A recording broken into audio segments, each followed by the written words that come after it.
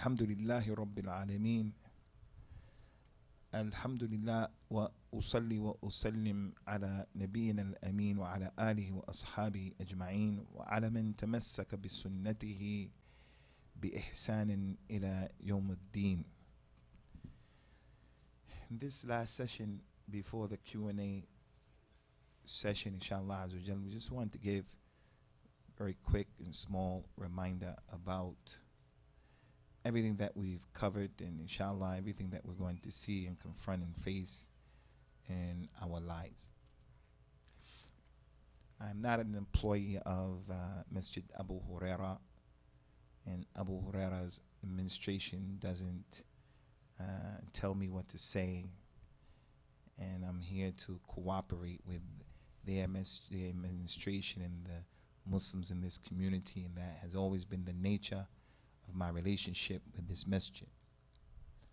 So with that being the case, when I come, I want to do my best, inshallah, in trying to connect the minds and the hearts of the community, young and old, Arab, non-Arab, men and women, with the importance of the understanding of us knowing that we have to do things the right way.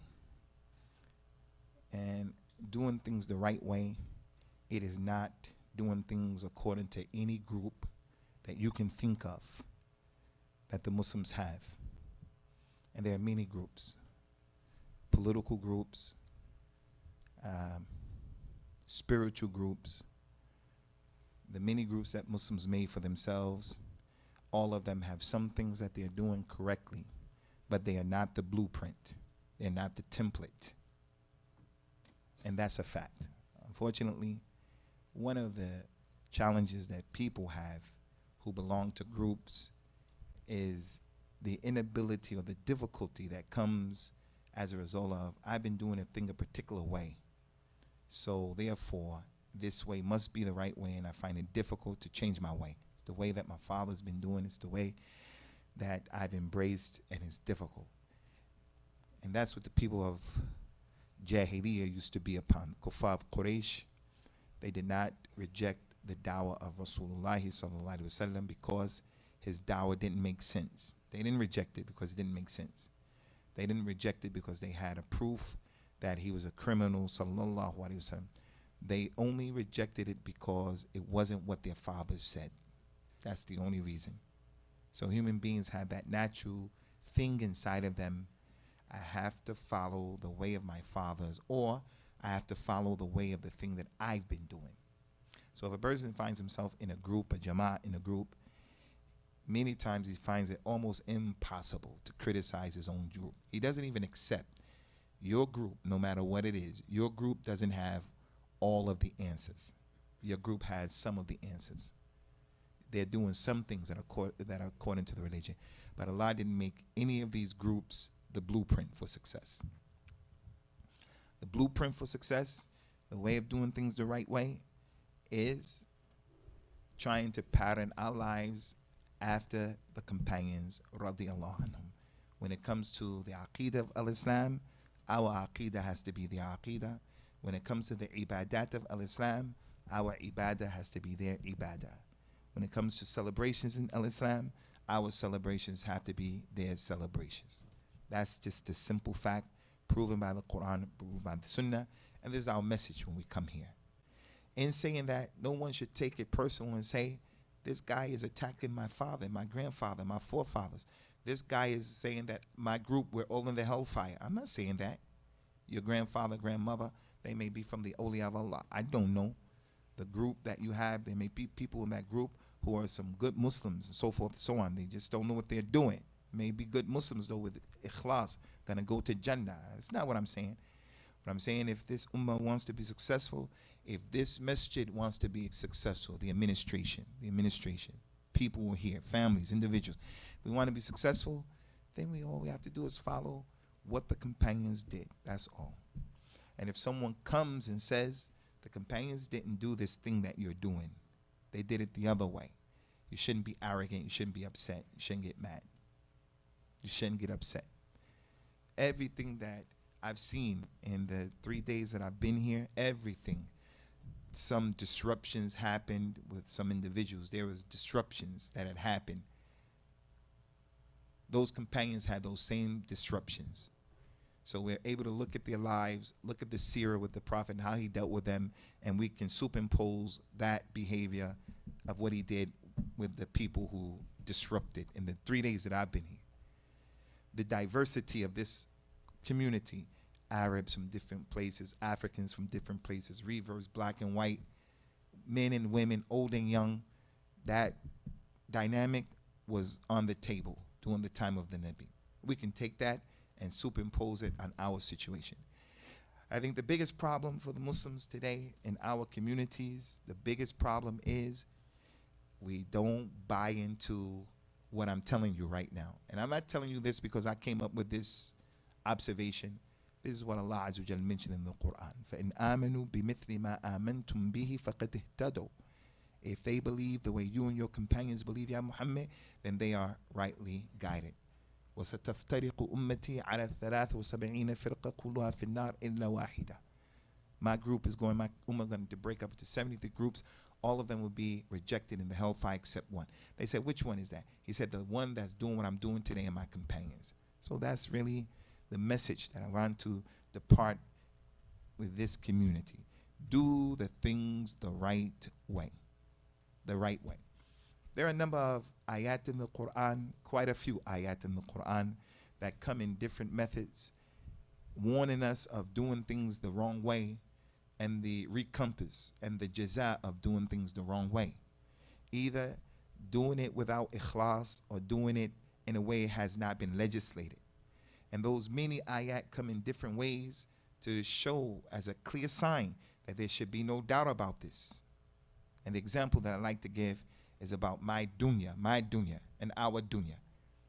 We go to work, and at the end of the week, when you want your money, the end of the month, when you want your money, however you get paid, you go in to pick up your check, and then you open that envelope, and you see that your check is half of what you thought you were going to get.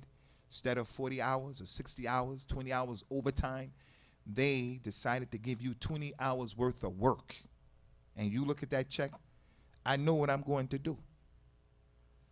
Whoever gives me the check, the boss, secretary, I don't care who it is, I'm going to tell them, you're going to give me the rest of my money here today. And I'm going to take that table and turn it over.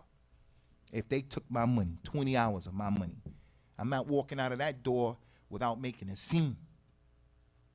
All of the stereotypes that they have about black people, I'm going to prove that stuff on that day because they took my money. And I think that's natural. I'm not saying that that's okay. I should be like the Prophet sallallahu alaihi wasallam. But I'm going to turn that table over because I got bills to pay. My kids, my family, they're relying on me after relying on Allah Azza wa Jal. And I'm not going to let anybody let the sweat come off of my head and work me hard. And then at the end of the day, when I want my money, they're going to say to me, from their own, no, we're going to give you half of your money. And I work for the masjid. I'm going to go into the masjid's office, and I'm going to turn the table over. And I think most of you are going to do the same thing. Our deen, we should be even more serious about that in our deen. Shouldn't be a person who, in the month of Ramadan that's coming, inshallah, we're going to pray Taraweeh. And you know how it is praying Taraweeh. Your legs start hurting, burning, your feet are hurting. You go home, you eat very quickly, and then you come to the masjid, and you're looking for Laylatul Qadr, and you're looking for the rahmah, the maghfirah of Allah. And then after all of that effort, you don't get anything because you didn't do it the right way. And many people are like, I don't care, I don't, right way, wrong way. What's important? I did it. You're not going to be like that in that dunya with that money. So those ayahs, as Allah Ta'ala mentioned, وَقَدِّمْنَا إِلَى مَا عَمِلُوا مِنْ عَمَلٍ فَجَعَلْنَاهُ هَبَاءً مَنْثُورًا. They made their deeds, Bani Adam, they did deeds, and we're going to take their deeds and we're going to make them scattered particles. Their deeds are not going to amount to anything. Kuffar, Quraysh, Christians, Jews, Sikhs, Hindus. I went to India. For the brothers who are from India, I saw with my own eyes a Hindu priest, doesn't comb his beard, doesn't comb his hair, he looks dirty. He made an oath to keep his arm up for the rest of his life. They told me that his arm had been up for 4 years from the point that I saw him. It became deformed. His elbow started going in. His arm is going like this. It's inverted. And he has these long nails. And that's ibadah. That's ibadah. He can't use his arm. Yawm al-Qiyamah, this effort of his, which requires a lot. Pain, endurance, sabr. This effort of his, Yawm al-Qiyamah, he's not going to get anything for that. Because Allah didn't tell him, worship me like that. And the man is worshiping a cow, a monkey, and all that other stuff. There are going to be some Muslims, because we didn't do the thing the right way. My jama'at, my madhab, my imam, my mother, my father, my village, my town, my thinking. We're going to come Yawm al-Qiyamah with action, deeds, and efforts. And that's going to be the condition. That's one of those ayats. وَالَّذِينَ كَفَرُوا أَعْمَالَهُمْ كَسَرَابٍ بِقِيعَةٍ يَحْسَبُهُ الظَّمْآنُ مَاءً حَتَّى إِذَا جَاءَهُ لَمْ يَجِدْهُ شَيْئًا وَوَجَدَ اللَّهَ عِنْدَهُ فَوَفَّاهُ حِسَابَهُ وَاللَّهُ سَرِيعُ الْحِسَابِ. Those people who disbelieve, their actions and their deeds are like the man who is thirsty and he's driving through the desert and he's thirsty. He sees in front of him an oasis. He thinks it's water, a watering hole. He takes his camel, his horse, whatever, and he's thirsty and he rides to it, and the horizons are doing like this. It's just a mirage. It's not even real. It looks like the horizons are moving. It's not even moving. It's just the heat waves make him think that. When he gets to the water and he's thirsty, he gets off his horse and there's no water at all. It was just a mirage. Allah said his actions are like that, the one who disbelieves, because his actions will be rendered null and void because he made shirk with Allah. That's another one of those mini ayat, that there are deeds and actions that people will do and can do that will render the deed null and void. I love the Nabi sallallahu alaihi wasallam, so I say he's hazir nazir. He didn't die. He has the ilm al-ghayb. I love him. I love Ali ibn Abi Talib, that it causes me to curse Abu Bakr and Umar, who I learned salat from Abu Bakr and Umar more than I did from Ali ibn Abi Talib. But this is how my understanding of the religion. So I'll come Yawm al-Qiyamah and my salat, khana al-amana, all of that stuff, praying on a rock, all of that stuff. I'll come wanting my deeds, and all of those prayers on that rock from Karbala have no benefit, because Allah never made Karbala any place of significance, never put this rock as part of our ibadah, and he definitely didn't tell you to curse the best of this ummah. That's just an example. It's just an example. It's just an example. وَلَا تَكُونُوا كَالَّتِي نَغَضَتْ غَزْلَهَا مِنْ بَعْدِ قُوَّةٍ أَنْكَاثًا. Another ayah. Don't be like the lady who sold her shirt or something, like a sweater you crochet.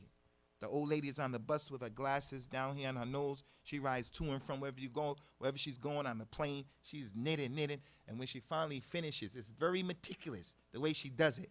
You have to do that, flip it around. Takes hours of work. After she gets a nice sweater, a vest is done, Allah said, don't be like the one who knitted it, and then she took it and she just ripped it up. She just ripped it up.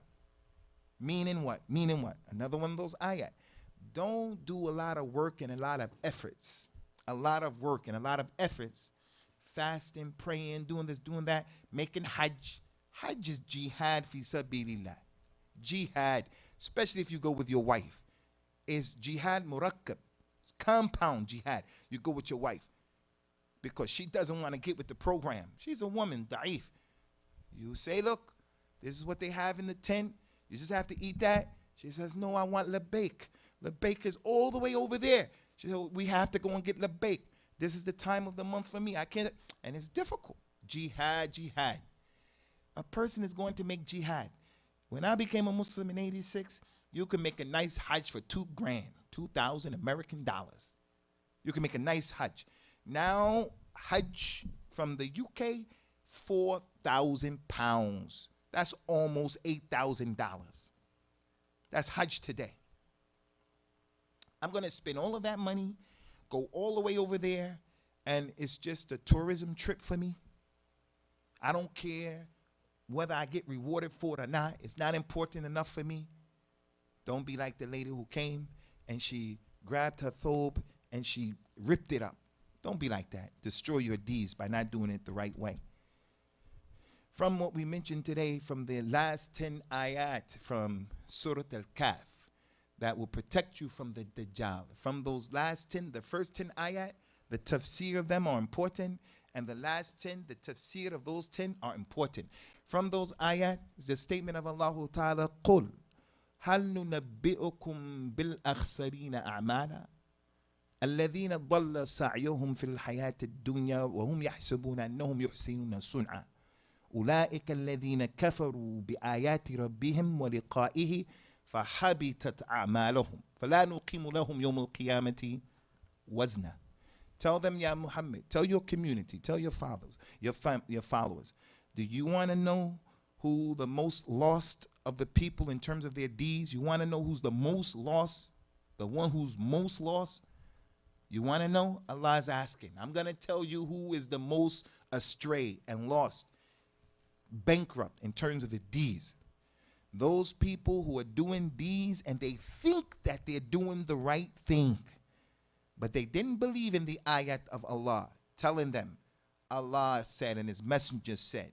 They didn't believe in those ayat that came. Those ayat.